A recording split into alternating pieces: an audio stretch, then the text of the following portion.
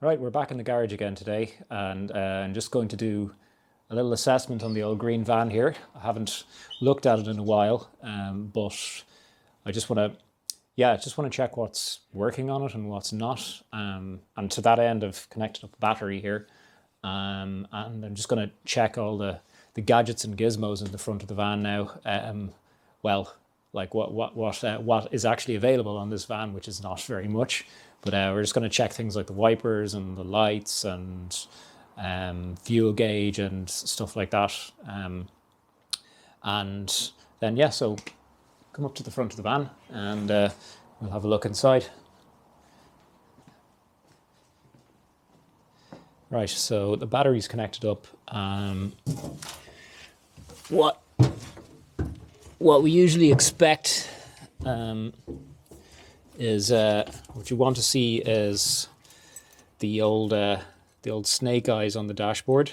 So I'm just going to turn the ignition on. Yeah, and we got that. So we got the generator circuit is working. The oil pressure light is working. That's actually a very important thing to have on. You never want to have that on when you're driving. It can either mean one of two things.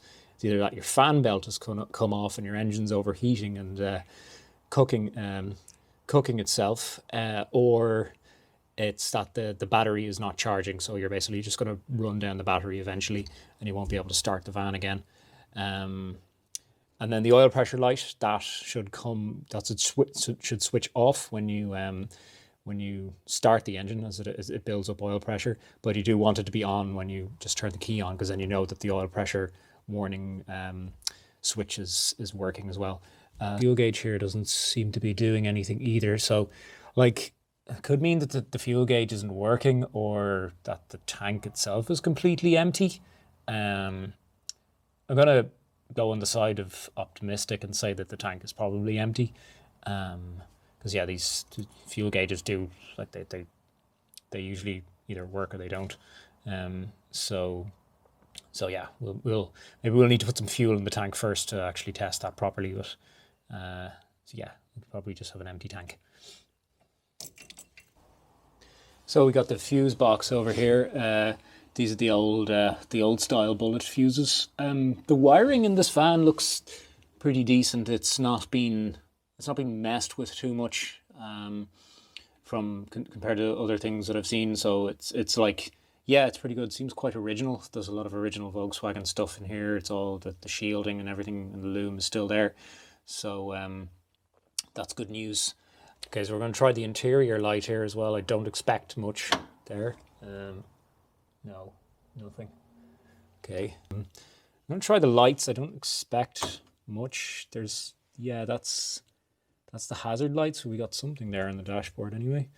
This is the first time I've tried this, so we're doing this live. Indicators, yeah, same thing. We're not getting blinkers, so I'd say the relay might be buggered. Oh, something clicked. High beams. Oh wow, the beams work. So that's the flashers. Let's give those a quick flash. Now, so we'll just try the exterior lights now. And I think they're coming on as far as I can see. We've got the right one isn't working. So sorry, the left hand side one is not working.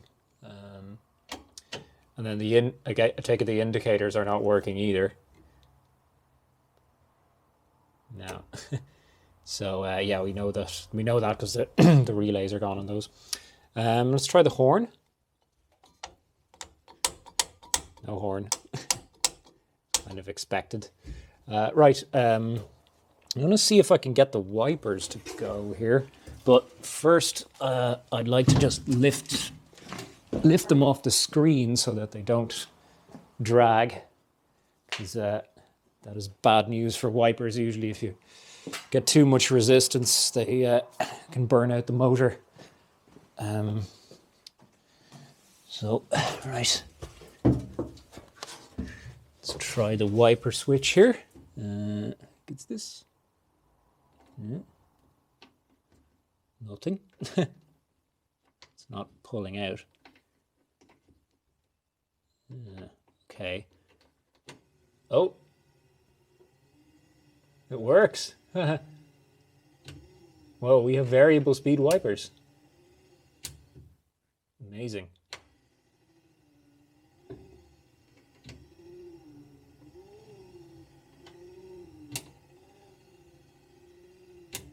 We got the washer bottle down here. That doesn't have any liquid in it at the moment, or there's no screen wash or anything in there. So you fill it, fill the screen wash up through here, and then the washer bottle on these works in quite an interesting way.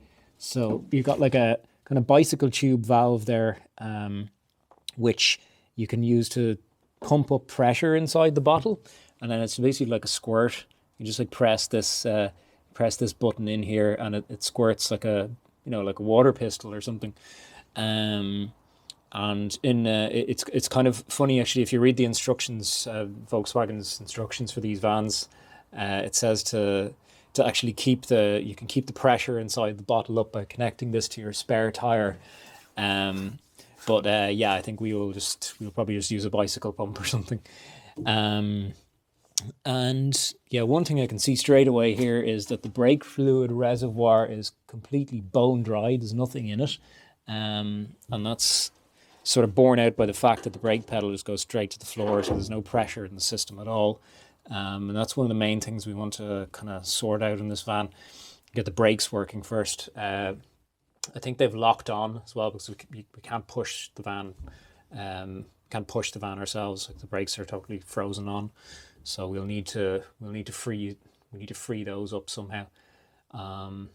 Yeah, so I think that's everything in here that we're going to check. Right, so there was a lot of stuff working on the van there. More than we thought. I was pleasantly surprised actually that all the wipers and everything worked, and the lights and all that. Well, the one light worked, but yeah, it's kind of a really decent result. It's kind of surprising for something that was sitting laid up for about 30 years in a hedge. Yeah, like so kind of confident we can fix a lot of the things on it. But yeah, that'll be they'll all be in some future videos. So thanks again for watching, and I'll see you soon.